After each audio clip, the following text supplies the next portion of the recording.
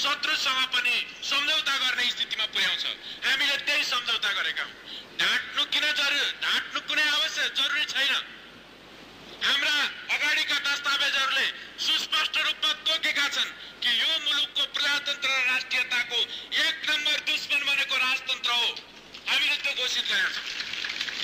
जब यो 30 वर्षको शासन प्रणाली राजाले चलाएका थिए, राजाको हुकुमको आधारमा मुलुकको भाग्य र भविष्यको रेखा कोरिन्थ्यो, अनि त्यसबेला यो 30 वर्षमा यदि मुलुक उन्नत भएर माथि पुगेको भए राजाको जय जयकार गर्न सकिन्थ्यो।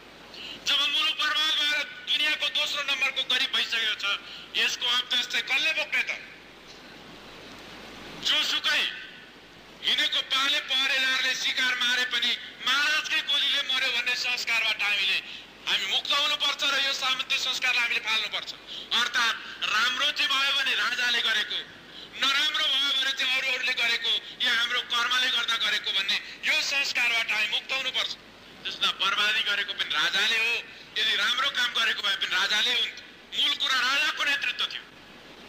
त यसो भएको हुनाले त्यसबेला त्यो निर्दलीय व्यवस्थाले मुलुकलाई सर्वनाश पारेको हुनाले यसको मुख्य शत्रु राजतन्त्र हो भन्ने कुरा हामीले भनेका थियौँ र त्यही मुख्य शत्रुसँग सङ्घर्ष गर्दै यो प्रजातन्त्र हासिल भएको हो।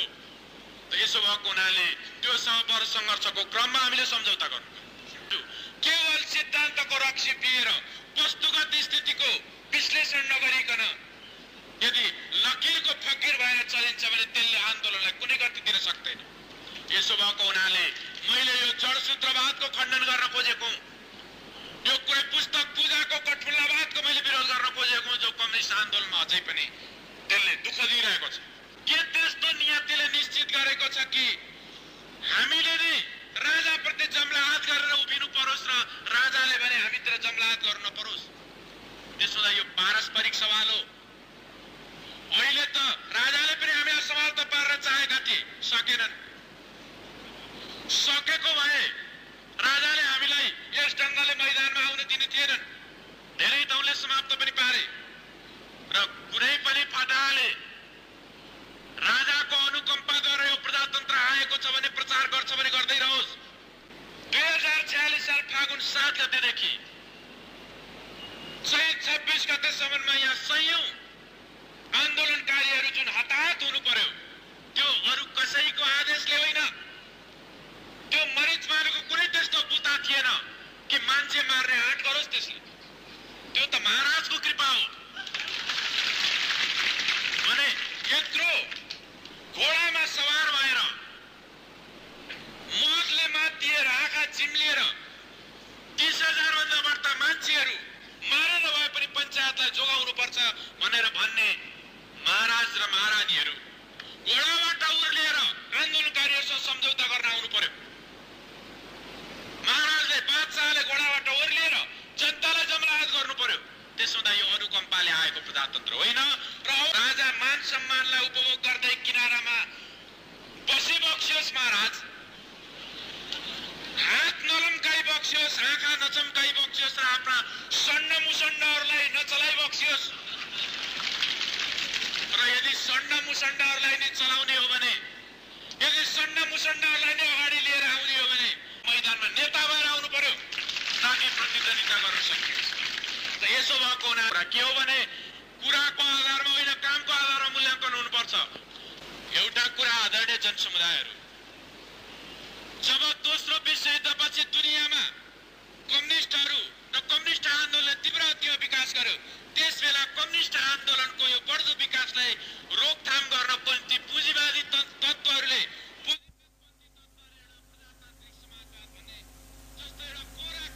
शब्दको सिर्जना गरेका थिए।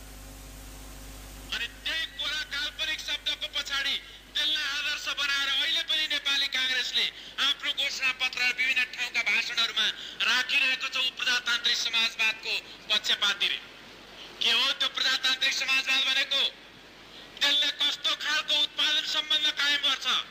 त्यसले उत्पादक शक्तिहरूको कुन ढङ्गले हक हित सम्पादन गर्छ? प्रजातान्त्रिक समाजवाद भनेको के हो? यहाँको मात्र यो कांग्रेसीहरूको मात्र एकाधिकारको कुरा होइन। यो नेपाली कांग्रेस सर्वमान्य नेता गणेश मानजीको मुखारविन्दबाट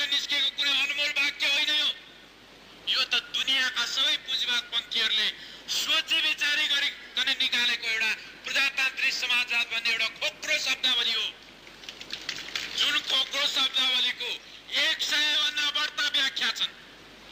दुनियाका अनेक 100 भन्दा बढ्ता मुलुकमा छरिएर रहेका पुँजीवाद पन्थीहरू जसले आफूलाई सोझै पुँजीवादी हुँ भनेर भन्नको निम्ति डर मानिरहेका छन्, ती तत्त्वहरूले आफूलाई प्रजातान्त्रिक समाजवादको एउटा खोक्रो खोलबाट लुकाउनको निम्ति जनतालाई ढाँटछल गर्नको निम्ति गरेका छन्। यही खातिर तिनीहरूको प्रजातान्त्रिक समाजवादको कुनै एकीकृत व्याख्या छैन। 100 त्यसका नेताले 100 खालको व्याख्या गरेका छन् र मन परी व्याख्या गरेका छन्। र अब यहाँहरूले अस्ति यहाँ पनि देख्नुभयो कि यो नेपाली कांग्रेसले आफ्नो घोषणापत्र लक्ष्यमा रहेको प्रजातान्त्रिक समाजवाद भन्ने अब हटाउनु पर्छ। धेरै प्रस्तावहरू पनि आए, तर अहिले कांग्रेसले हटाइहालेको छैन। किन नहटाएको? अब नेपाली कांग्रेसको कुरा गर्नुहुन्छ भने अस्ति कृष्णप्रसाद भट्टराईजीले इन्डिया गएर साझा नदी भन्ने कन्सेप्ट पारित गरेर अथवा त्यो ढङ्गको कन्सेप्ट लिएर, त्यो ढङ्गको वचन लिएर उहाँ आउनुभयो। कृष्णप्रसादजीलाई थाहा छैन कि साझा नदीको व्याख्या के हो। मेरो प्रश्न छ कि साझा नदी हो भने इन्डियाका यी सम्पूर्ण गङ्गा र अरू तमाम नदीहरू पनि साझा हुन् त? चन्द्रशेखर वा विश्वनाथ प्रताप सिंहले त्यसको वर्ड दिएका छन्? होइन, इन्डियाका नदीहरू साझा हुँदैनन्। इन्डियामा बग्ने नदीहरू ती साझा हुँदैनन्। नेपालकै नदीहरू मात्रै साझा हुन्छन् भने कसको बीचमा साझा त? इन्डिया र नेपालको बीचमा। यस ढङ्गले राष्ट्रिय सम्पदालाई, प्राकृतिक स्रोत र सम्पदालाई नेपाली जनताको अक्षुण्ण अधिकार रहने स्रोत र सम्पदालाई भारतको साझा बनाउने कुरामा तपाईँ आफ्नो वचन दिएर आउनुहुन्छ भने तपाईको राष्ट्रिय स्वतन्त्रताको, तपाईको मुलुकलाई हित गर्ने, राष्ट्रिय हित गर्ने कुराको नीति के हो त्यसलाई राष्ट्र रूपमा लिएर आउनु पर्यो। अलिकति निर्वाचन सम्बन्धी केही थप कुराहरूको बारेमा जाउँ। यो महाभारतमा त्यस्तो ब्रह्मास्त्र, पाशुपतास्त्र र अरू अनेक अस्त्र आदि इत्यादि त्यस्ता अस्त्रास्त्रहरू प्रयोग नगरियोस्। यसमा त विश्वासको अस्त्र प्रयोग गरियोस्, आस्थाको अस्त्र प्रयोग गरियोस्, रचनाको अस्त्र प्रयोग गरियोस्, कार्यक्रम र नीतिहरूको अस्त्र प्रयोग गरियोस्। सर्वप्रथम हाम्रो आह्वान यो, मलाई उटपटाङ भाषा बोल्नु छैन, तर पनि मलाई मनमा अलिकति खेद नै हुनेछ कि मैले कृष्णप्रसाद भट्टराईको जमानत जफ्त गरिदिनु परोस्।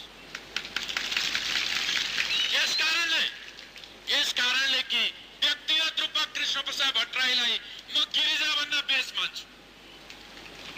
त्यसो भएको हुनाले कृष्णप्रसाद भट्टराईजी देशको कुनै न कुनै चुनाव क्षेत्रबाट संसदमा आउनुहोस्, मेरो शुभकामना छ। तर भने सार्वभौम सत्ताको प्रयोग गर्ने सन्दर्भमा संविधानमा जुन गोलमटोल भाषा प्रयोग गरिएको छ कि त्यो सार्वभौम सत्ताको प्रयोग जनताबाट निर्वाचित भएको संसदले गर्नेछ भन्ने कुरा राख्नुको साटो संविधान बमोजिम प्रयोग हुनेछ भनेर जसरी गोलमटोल भाषा राखिएको छ, त्यसलाई हटाएर जनताका निर्वाचित प्रतिनिधिहरूले गर्नेछन् भन्ने कुराको संशोधन गर्नको निम्ति, अर्थात् त्यहाँ भएको राजाको हातलाई हटाइदिनको निम्ति र त्यसरी नै राजाले त्यस्तै चुरीपुरी गर्छन् भने ल ठिक छ, एउटा कुरा पत्रकार बन्धुहरूले नोट गरे हुन्छ कि यो संविधानमा राजा रहने छैनन् भन्ने कुरा त संविधानमा संशोधन गर्न पाइँदैन। तर अब यो मुलुकमा राजा राख्दाखेरि त्यो राजा चाहिँ यहाँ चाबेलबाट कुदेर जो चाँडो कीर्तिपुर पुग्छ त्यही राजा हुनेछ भनेर पनि त राख्न सकिन्छ। त्यसो हुँदा राजा वीरेन्द्र र राजा वीरेन्द्रका छोरा दिपेन्द्र उनी राजा हुने हो भने उनले अब वैकुण्ठ मानन्दरलाई जित्नको निम्ति कोसिस गर्नु। मैले भन्न खोजेको कुरा के हो भने यस खालका मुद्दाहरूलाई हामी चुनावका मुख्य मुद्दा बनाउँछौँ। यो निर्वाचनमा नेपाली कांग्रेसले पनि 2/3 बहुमत माग गर्दै जनताको बीचमा आइरहेको छ र नेपाली कांग्रेसलाई 2/3 बहुमत यस खातिर चाहिएको रहेछ कि उनले त्यो देशको प्राकृतिक स्रोत र सम्पदाहरू, देशको सार्वभौम सत्ता र मुलुकको भौगोलिक अखण्डता वा सात सीमानाको सम्बन्धमा विदेशसँग गरिएका सन्धि सम्झौताहरूलाई अनुमोदन गर्न संसदको 2/3 बहुमत चाहिन्छ भनेर जुन संविधानमा भनिएको छ त्यसलाई हटाउनको निम्ति, त्यसलाई संशोधन गर्नको निम्ति र साधारण बहुमतले पनि त्यस्तो सन्धि गर्न पाइनुपर्छ भन्ने कुरा गर्नको निम्ति नेपाली कांग्रेसलाई 2/3 बहुमत चाहिएको रहेछ। जब यही मुद्दालाई 2/3 बहुमत प्राप्त गर्ने कुरा श्रीमान गणेश मानले बनाउन चाहनुहुन्छ भने हामी पनि यो मुद्दालाई चुनावको मुख्य मुद्दा बनाउन चाहन्छौं। आदरणीय जनसमुदायहरू, मुलुकको सार्वभौम सत्ताको सवाल, भौगोलिक अखण्डताको सवाल र देशको प्राकृतिक स्रोत र सम्पदाको सवालमा देशले कुनै पनि एउटा पार्टीले वा कुनै पनि एउटा साधारण बहुमतले मन पनि गर्न पाउँदैन भन्ने कुरा यदि यहाँहरूलाई जल छ भने मलाई लाग्छ यहाँहरूले यो सूर्य चिन्हमा मतदान गर्नुपर्छ र यसलाई 2/3 बहुमतले जिताउनुपर्छ। र मलाई यो पार्टीको महासचिव हैसियतले यो कुरा बिल्कुल स्वीकार छ। यदि कुरा गरिन्छ भने, यदि भौगोलिक अखण्डतामाथि कसैको बलात्कारलाई स्वीकार गर्ने कुरा गरिन्छ भने यस्तो कुराको आधारमा हामीलाई बहुमत चाहिएन, हामीलाई कुनै विजय चाहिएन। जब हामी प्रजातन्त्रको कुरा गर्छौं त्यसबेला गणेश मानजीले जुगा नभए पनि मुख मुसारिरहेको हुन सक्छ, ताकि प्रजातन्त्रको प्रतीक भनेको त हामी हौं। त यहाँ दुईटा भालेहरू, दुईटा मसियाहरू जहिले पनि जब राष्ट्रियताको सवाल उठाइन्छ राजाले जुगा मुसार्ने, जब प्रजातन्त्रको कुरा उठाइन्छ गणेशमान अर्थात प्रतीकको रूपमा मैले गणेशमान भने नेपाली कांग्रेसले जुगा मुसार्ने, त यो एउटा वाह्य ढङ्गको एउटा परिपाटी चलेको छ। 2017 सालमा राजा महेन्द्रले प्राप्त भएको प्रजातान्त्रिक अधिकारहरूमाथि बुट र बन्दुकले हमला गर्दा आफूलाई कुपराष्ट्रवादी भएको, विकास प्रेमी भएको बहानामा गरेका थिए। त्यो बहाना दिने काम चाहिँ नेपाली कांग्रेसले नै गरेको थियो। यसमा भ्रम नहोस् कि 2017 सालमा प्रतिगामी घटना गर्ने, जनताका प्रजातान्त्रिक अधिकारहरू खोज्ने कामको मूल अपराधी भनेको त राजा महेन्द्र हो। यसमा कुनै भ्रम छैन। जब राष्ट्रिय स्वतन्त्रताको सवालमा नेपाली कांग्रेसले एक अर्को ढङ्गले गल्तीहरू गर्यो, त्यो भएपछि राजाले राष्ट्रवादको झण्डा उठाउने मौका पाए र प्रजातन्त्र खोजे। त्यसो भएको हुनाले यो जुन 30 वर्षसम्म राष्ट्रिय स्वतन्त्रताको नाममा मण्डलले हुर्काउने काम जुन राजतन्त्रले गर्यो, त्यस्तो मण्डलले राष्ट्रवादको, निरङ्कुश राजतन्त्रको संरक्षण गर्ने राष्ट्रवादको हामी विरोध गर्छौं। र यो राष्ट्रिय स्वतन्त्रताको चर्चा गरिरहेको बेला सर्वप्रथम म मण्डले राष्ट्रवाद मुर्दाबाद भन्ने आफ्नो नीतिलाई यहाँहरू समक्ष राख्न चाहन्छु। र अर्कोतर्फ जब नेपाली कांग्रेस प्रजातन्त्रको आफूलाई खुदा र भगवान ठानेर जनताको बीचमा प्रचार गरिरहेको छ, वास्तवमा मुलुकको स्वाधीनतालाई रक्षा गर्ने, मुलुकको सार्वभौमिक अखण्डतालाई, भौगोलिक अखण्डतालाई रक्षा गर्ने कुरामा उनले व्यवस्था गर्ने मात्रै होइन, वास्तवमा हाम्रो सार्वभौमिकतामाथि गिद्ध दृष्टि लाउने त्यस्ता खालका वैदेशिक शक्ति केन्द्रहरूलाई उनले निम्त्याउने र सहयोग गर्ने काम पनि गरिरहेको छ। त्यसो हुँदाखेरि हामी राष्ट्रिय आत्मसमर्पणवादलाई पनि मुर्दाबाद भन्छौं। त्यसो मण्डले राष्ट्रवाद मुर्दाबाद, राष्ट्रिय आत्मसमर्पणवाद मुर्दाबाद। महिलाहरूको हक अधिकारको सवालमा चर्चा उठ्दा हामीले भनेका थियौं कि छोरा छोरीले पनि पैतृक सम्पत्तिमा अंश पाउनुपर्छ, यो कुरा हामीले राखेका थियौं। त्यसबेला नेपाली कांग्रेसले र राजाको तर्फबाट आएका प्रतिनिधिहरूले त्यसलाई बिल्कुल अस्वीकार गर्दै राख्न दिएनन्। संविधानमा यस्ता पनि मुद्दाहरू छन् र त्यसबाहेक नेपाली कांग्रेसको तर्फबाट धेरै ठाउँमा प्रचार गर्दाखेरि कम्युनिस्टहरूको बारेमा लगाइएका अनेक लान्छनाहरू मध्ये एउटा यो पनि छ कि कम्युनिस्टहरूले धर्म मान्नै दिँदैन। वास्तवमा हामीले के भनेका थियौं? हामीले भनेको कुरा के हो भने राज्य धर्मनिरपेक्ष हुनुपर्छ र समाजमा धार्मिक स्वतन्त्रता प्रदान गर्नुपर्छ। हामीले भनेको यही दुईटा वाक्य हो। 1 मिनेट समय लिएर यसको व्याख्या गर्ने हो भने म यहाँहरूलाई भन्न चाहन्छु कि आजसम्म 30 वर्ष मुलुकको सार्वभौम सत्ता राजाको हातमा थियो। यो आन्दोलनले सार्वभौम सत्ता राजाको हातबाट खोसेर जनताको हातमा ल्याएको छ।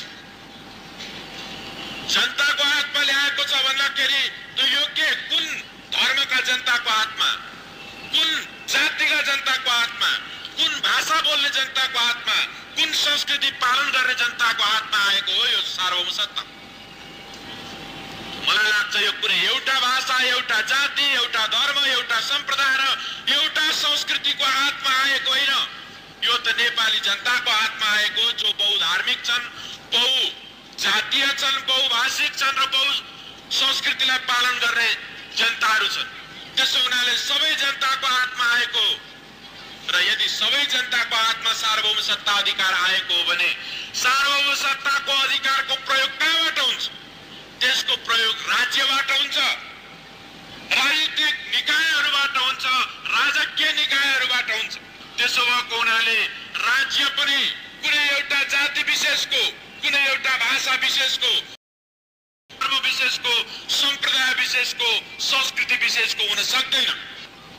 र जब नेपाली कांग्रेस यो राज्यलाई हिन्दू अधिराज्य बनाउन चाहन्छ, जब नेपाली कांग्रेस हिन्दू धर्मलाई राज्यले काखमा च्याप्नुपर्छ र अरूलाई उपेक्षा गर्नुपर्छ भन्ने कुरा गर्छ, उसले वास्तवमा के यहाँका बहुधार्मिक जनताप्रति न्याय गरेको छ?